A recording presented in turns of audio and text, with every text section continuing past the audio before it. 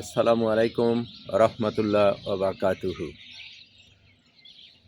একবার রাসূলুল্লাহ সাল্লাল্লাহু আলাইহি সাল্লাম দেখলেন একজন সাহাবী সেজদার জায়গায় বালিশ রেখে নামাজ পড়ছেন।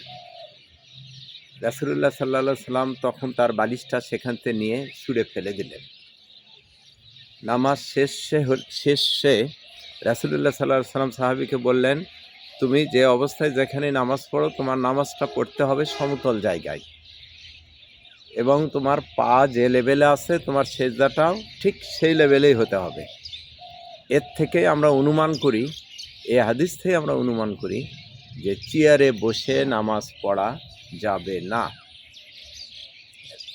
সূরা নেসার 103 নম্বর আয়াতে বলা হয়েছে, তোমরা দণ্ডায়মান হয়ে নামাজ পড়ো, তোমরা দণ্ডায়মান হয়ে নামাজ পড়ো। যদি দণ্ডায়মান হয়ে নামাজ পড়তে অক্ষম হও তাহলে কোথাও উপবিষ্ট হয়ে অর্থাৎ বসে নামাজ পড়ো, নামাজের আকারে বসে সেখানে নামাজ পড়ো। তাতেও যদি তোমরা অপারগ হও তাহলে শুয়ে থেকে নামাজ পড়ো, শুয়ে থেকে নামাজ পড়ো এবং ইশারায় নামাজ পড়ো এবং আল্লাহর প্রশংসা গাও। আল্লাহ তাআলা আমাদেরকে 5 ওয়াক্ত নামাজ ফরজ করে দিয়েছেন এবং সেটা নির্দিষ্ট সময়ের মধ্যে নামাজ পড়ার জন্য ফরজ করে দিয়েছেন। এটা সূরা নেসার 103 নম্বর আয়াত।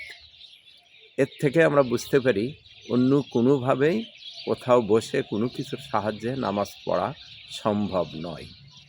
আমাদের সকলকে সঠিকভাবে নামাজ পড়ার তৌফিক দান করুন আল্লাহ তাআলা। এই কামনায় আসসালামু আলাইকুম ওয়া রাহমাতুল্লাহি ওয়া বারাকাতুহু।